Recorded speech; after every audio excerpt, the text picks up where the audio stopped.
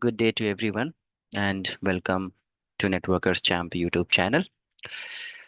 This video I have recorded for only freshers, and this basically is all about interview question, which is usually asked in interview for networking candidates, right? So, in this part one, we are going to discuss about the common networking interview question and answer for freshers, and there would be series of interview and question that we would be publishing, right, for freshers as well as experience. And that is for sure one thing I can guarantee: if you follow these videos, interview questions and answer, part one and other parts videos, i would I would bet and I would guarantee that you would be able to clear the interview easily. And this would really give you a lot of confidence whenever you face the interview, right? This only is dedicated to the network field, network related, right? So let's get started. And to begin with, let's understand first what is IP address, right? This is usually asked question from the freshers. Just they want to understand whether you are able to explain and you have the basic fundamental of IP addressing or not, right? So what is IP address? See, in computer word, in network word, right? um, there is an address, right, through which the communication two devices communicate. So that means the two devices should have a valid IP address, right? So the IP address basically, whenever computer or any device wants to communicate with another device, right, it needs an IP address. And let's say when the device has the IP address, now it can, any device, right, can send and receive IP packets. So ultimately, if there are two machines, right, and if they want to communicate, this is the first thing, that the both machines should have the IP address, right? It is a 32-bit logical address, we call it. Now, why logical address? See, the interview always ask the questions in series, right? They don't actually jump to another question. They really want to check your overall concept, right? So it is a 32-bit logical address. I could only say 32-bit address, right? But why I am saying here logical? Because they may ask what is logical address, right? So logical address is this 32-bit address can be changed, right? And this is the example of that 32-bit address: 192.168.1.1. There are four octets, right? First octet, second octet, third octet, and fourth octet, 32-bit. See, so this is 32 bits logical address, right? Written in a dotted decimal notation. And how we can assign the IP address? So we can assign the IP address manually, like you log into the computer, right? Go to the network field, properties, and configure the IP address there. Or we can also use DHCP server for the IP allocation. Okay, so we would be talking about DHCP as well, how it works in detail in maybe part two. But yeah, this is the answer of if someone asks what is IP address. Um, I mentioned here there are two types of IP addresses also. This is very common question again that interview ask. Okay, so what is the difference between private and public IP address, right? So I'm expecting here people to have at least the idea about IP address range, right? And the classes of IP address, and then what is the range of private address and public address. So the answer is private IP addresses, you know, are used to, within organization or company enterprise network, right? Within the LAN, I should say, right? These private IP addresses can be used to communicate within the enterprise, right? And technical answer is these private IP addresses are not routable to the internet, right? Means internet, ISP, they are not aware of what private range you are using inside of your LAN network, right? So the technical answer of that question is that these private IP addresses are not routable to the internet, right? Where And also these private IP addresses no one can access. They cannot go to the internet. ISPs or the public user cannot reach private IP. On the other hand, public IP is used for public access, and it is moreover routable to the internet. So private address not routable to the internet, private address routable to the internet, right? And used as a publicly, any public IP address can be reached from anywhere. So that is the technical answer of the difference. Other question they ask, what is MAC address? Though these are very basic questions, but trust me, you should make a habit of answering, right? So what is MAC address? Media access control. It is a 48 bits or 6 byte physical address, right? That is used for communication between two hosts in Ethernet environment, right? So whenever we are using LAN along with IP address, the MAC address is the first thing that every machine will have. Okay. Now, why we are saying here physical address? Sometimes we call it physical address, sometimes we call it hardware address, sometimes we call it MAC address. Don't get confused if they ask what is physical address, what is my hardware address. So the answer is the same. They want to know about the MAC address, right? So it is the length of that MAC address is 48 bits, and um, this why we call it physical address, because this address cannot be changed, because whenever the any LAN port is manufactured by the manufacturer, they actually burned this 48 bits. This is example of MAC address, this 48 bits into the LAN card, NIC chip, okay, which stands for network interface card. So manufacturer, it's kind of a stamp, right? They burnt, or they actually seal this 48 bits address into NIC chip. And NIC chip, sorry, is there in the LAN port. Okay, so this is the answer of MAC address. I would really suggest you guys to pause the video and read it out, just to have a better understanding while I'm talking also, right? Because it's not only that we are covering what is MAC address, but even the the cross question within the MAC address, like as I mentioned, right? So that would help you not to understand what is MAC address, but also the other things as well, right? Now, very common question that they ask, how do you check IP and MAC address in Windows machine? Or not only in Windows machine, but even in Linux platform, right? Windows machine. So it is important that you should know the command, right? So in order to check the IP and MAC address both, open the command prompt of Windows machine. That is how you see, right? And type ipconfig space forward slash all.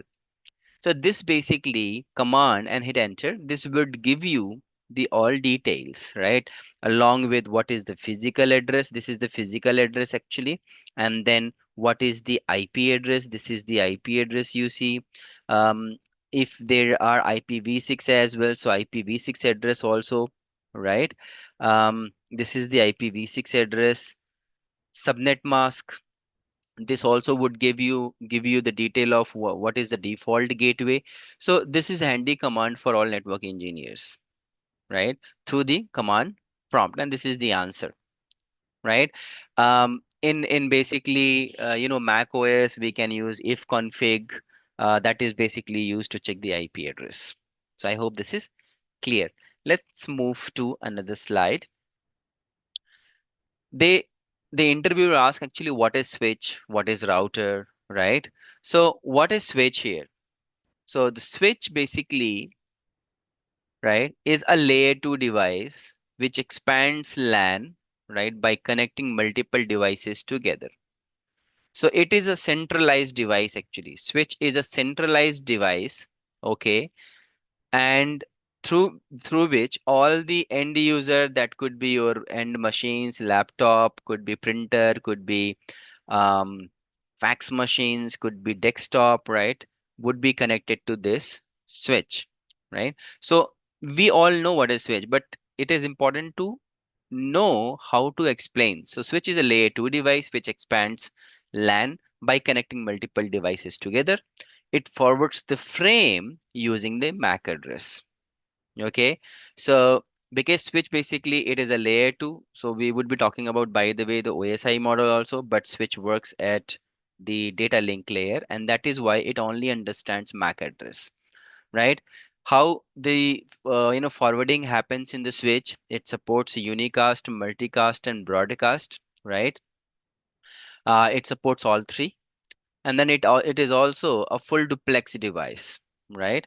Full duplex device actually where the data can be sent and can be received together, right? So obviously this is not, um, they might not expect this answer, but this also slide gives you a little bit of awareness or the knowledge also, as in what is switch, what all feature it supports. Just remember one thing, they may ask, just since I have just mentioned it is a layer 2 device, switch also can be a layer 3 device, right? And if it is a layer 3 device, it would support both MAC address as well as the IP address, right? So when I say layer 3 device means network layer, when I say layer 2 device means data link layer device, right? So this is a simple answer of if someone asks what is switch, it's a layer 2 device, right, which expands LAN by connecting multiple devices. Similarly, they may ask what is router, right? So router is a layer 3 device, right? And the purpose of router to use in a network is where it connects two different network. Okay, it connects to different network and breaks broadcast domain. So they may ask what is collision domain and what is broadcast domain. I would say just spend some time in collision domain and broadcast domain. There are various many actually answers of this, but would really suggest to have idea and the concept on particular these things. But if you want to know more about it, there are other videos which I have already uploaded and which talks about collision domain and broadcast domain. So the primary function of a router is to route data packet to other network. So as you see, the router we use to route the data packet from one network to other network, right? Um, Basically, like switch is used within the network, right, within the collision domain, as you see. So the basic diagram, if I want to draw here, let's say the switch is usually connected to the router. That is how we represent router in the, this is bidirectional actually symbol. And the switch again, this is the bidirectional here also because it is a full duplex, and then the connectivity to the machines or to the IP phones and etc., right? So this basically is a single broadcast domain because router breaks one broadcast domain, and this is one network, and this router may connect to the, let's say, internet. So this is one network and this is the network. So that is why I said the router basically connects two different network and routes the packet from one machine, from one network which is going to other network. Remember, if this machine is communicating with this machine, the packet would never go to the router. Okay, in interview they ask, actually tell me, if this machine is communicating with this machine, would the packet go to the router? The answer is no, because this machine knows that okay, this destination is in my network itself, and the switch will never actually send that packet to a router, right? So that is the answer of if someone asks what is router, and bit of other uh, insight. What is OSI model and the layers in OSI? Right. So OSI model, it is a very big topic, to be honest, and there are videos in OSI model where I have actually explained a lot. But from interview point of view, right, you can say it's a open system interconnection. It's it is a model, it is a logical model which explains how one PC communicates with other PC, and it explains the functionality of seven layer, how it works. So OSI is not a protocol, it is not a service, but it is just a model that explains how the communication takes place between two machines, right? Using all seven layers. This is the simple answer of if someone asks what is OSI model, then obviously you should, as I mentioned, you can actually watch other videos where I have explained OSI, in detail, right?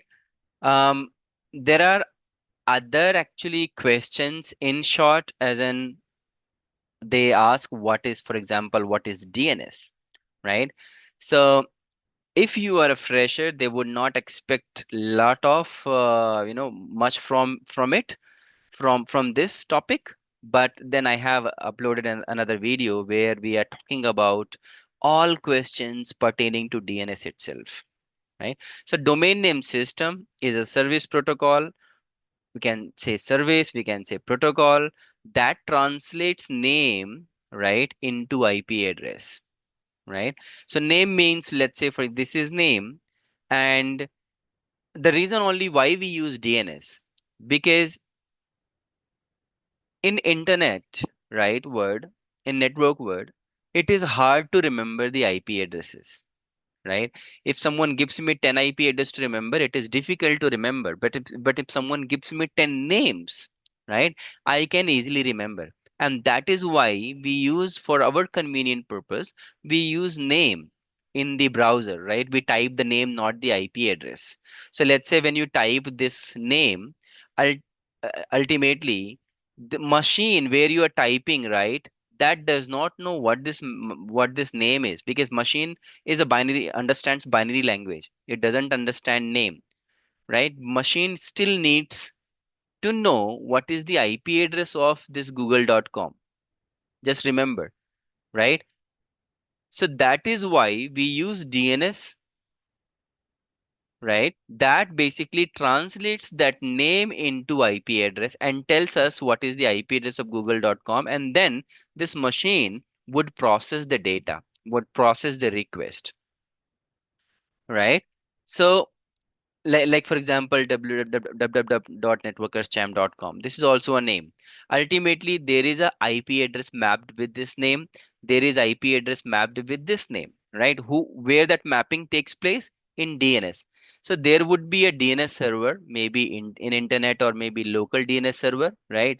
That this machine would send a query to the DNS server, and DNS server would respond with the IP address of the queried name, and then only this machine would process the packet or the request, right? So to answer the question, simply you say domain name system, it basically translates name into IP address, right? But yes, you should know logic behind why DNS, why we are putting extra actually headache to for in overall communication flow. Similarly, what is NTP? They may ask what is the NTP, or do you have idea about NTP? So yes, network time protocol, right? And it is an internet protocol which basically used to synchronize the clocks of all networking nodes, so that all devices in a company should have same time, and this helps to troubleshoot and audit the logs. That's the answer. But the reason behind why NTP? See, in your production, in your network, in your company, there could be some thousands of devices, could be computer, printer, IP phones, right?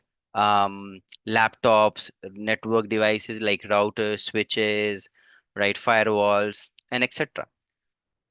It is important that all thousands of devices should have the same time stamp. It should not be the case where one laptop has a different time and the other laptop has a different time, or the difference of 5 minutes or 2 minutes. Okay. Why? Because then you would not be able to troubleshoot it easily, because in a second and a milliseconds there are millions of logs created, generated. So it is important to match the timestamp, and that is why we have a NTP server where all devices, right? All networking devices would actually synchronize the time from NTP from a centralized server. Let's say this is NTP server. This could be your router. This could be your, Windows Server NTP. Could be local NTP, your server, or could be internet NTP server, right? Could be anything. But this is the purpose of NTP. What is ICMP? Next question. Internet Control Message Protocol, right? It is a layer 3 protocol. That means this particular ICMP protocol works at layer 3. Okay, this means network layer protocol. And the use of ICMP is to test the connectivity between two networking devices, let's say PC, router, switch, or server. So ICMP we use for, to test the connectivity between the machines. It is very handy and very useful command that we use actually. So I say ICMP uses ping, right? So whenever I should say ping, so whenever we ping actually and then the destination, along with ping, this ICMP protocol works. Okay. So the command is ping and then the destination IP, right? As soon as you hit enter, ICMP gets generated. It has two messages actually, ICMP echo, right? Request and ICMP echo reply. So the machine sends echo request. And if it receives ICMP echo reply, that means the 100% connectivity is there between two devices. So simply, ICMP is a protocol to, which works at layer 3 and it is used to test the connectivity between two machines, right?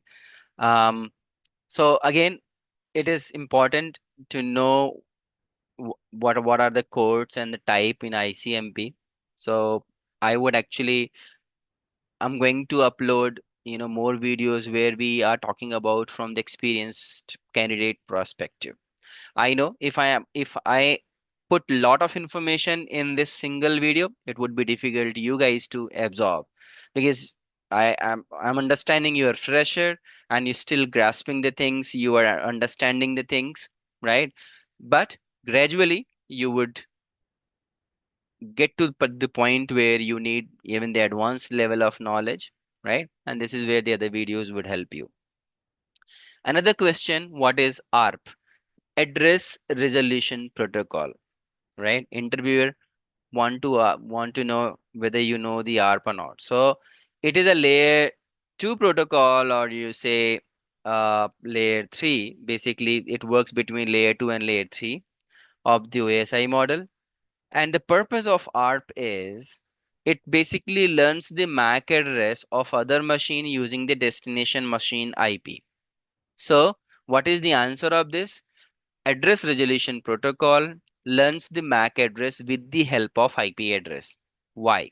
Why that learning is required? See, two machine when they are communicating, okay, let's say these two machines, they are communicating with each other. So obviously if they are communicating, or if you want to send the data from this machine to this machine, so this becomes sender, so you should know who is destination, right? And you would know the destination IP address also. Fine, you know the IP address, and let's say they are connected through the switch like this. Okay, I'm just drawing it here itself to explain. And this is a switch. Let's say they are connected through the switch. Now, when you know the IP address of this machine, and simply let's say you want to, before sending the data, you want to check the connectivity and you send the ping packet, right? So what happens?